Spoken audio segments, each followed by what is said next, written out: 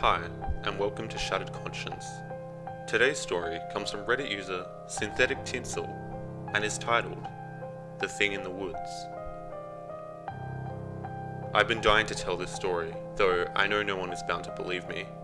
I don't even want to tell my parents in fear that they'll stare at me in disbelief and think that I'm crazy, so here I am, anonymously telling it to a group of strangers in hopes that someone will believe me and give me some peace of mind. It started out a few months ago, when we moved into our new home.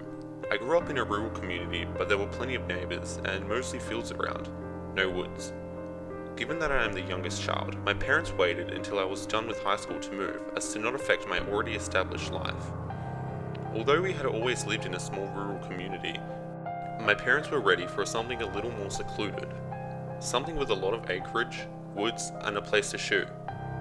They put my childhood home up on the market and soon found their dream home, which is where I am currently and desperately writing this story.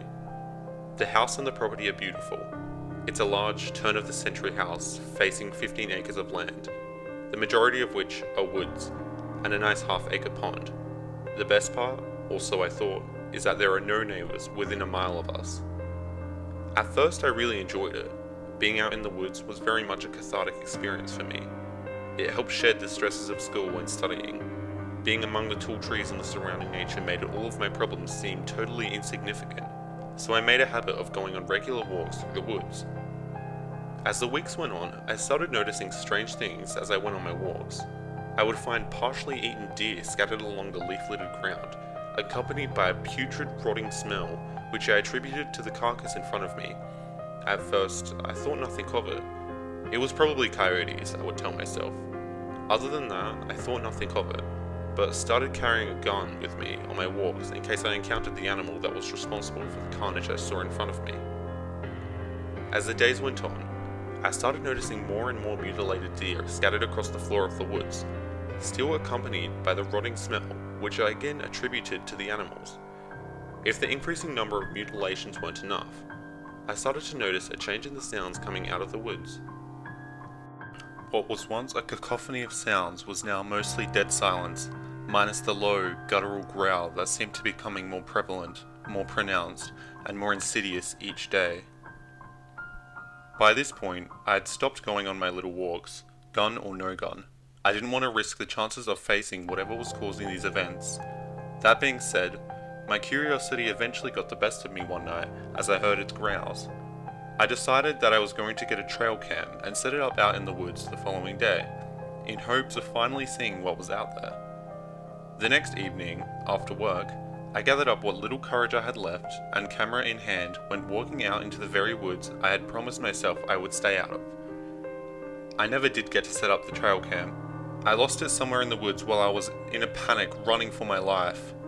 I made it about 100 yards past the tree lines into the woods, where I decided to stop and set up the camera.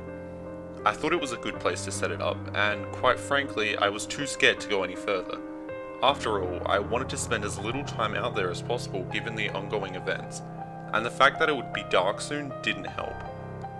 Already on edge, every creak of the wood and every crunch in the leaves sent me into a panic. Rushing to set the camera up, I dropped it, sending it to the leaf-ridden ground with a thud.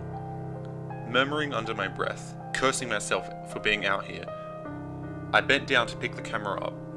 When I started to smell that putrid smell of rotting flesh again, I carefully looked around, checking my surroundings to see if anything was out there.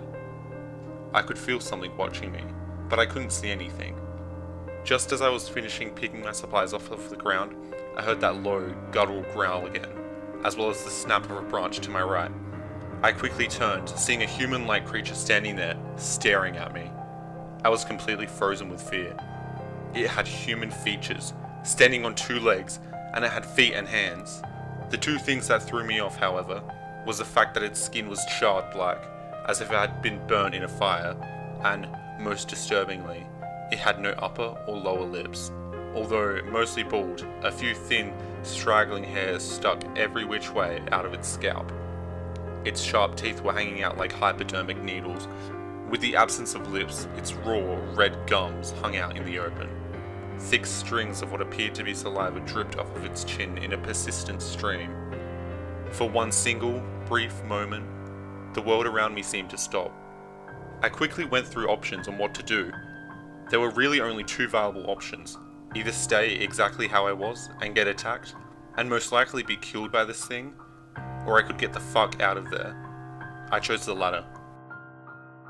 I quickly scrambled to my feet and ran as fast as I could, throwing my camera in vain at the creature behind me. In the chaos of what had just occurred, I found myself to be momentarily lost after running in what I thought was the right direction for what felt like 20 minutes, but I'm sure was only 30 seconds. Looking around and not seeing the spawn of hell that I had just encountered, I stopped to collect myself and try to find the way back to the house. I finally decided on the general direction in which I should head, when I heard a commotion that almost sounded like a horse pounding its hooves on the dirt. I looked behind me and saw that thing, whatever it was, running at me on all fours. Mucus-like spit flying out of the corner of its mouth like a rabid dog. I ran as quickly as I possibly could without daring to look behind me. Although I would not look at it, I could hear it galloping behind me and smell its rotted flesh. Tears ran down my eyes as I thought that there was no possible way to make it out of the woods alive.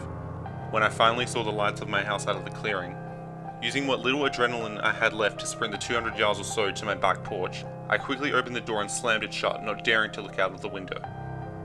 It's been about a month now since that happened. I haven't told anyone, and I will not dare to go back out into those woods. I've been doing a lot of research to see if I could find any clues as to what that thing might have been.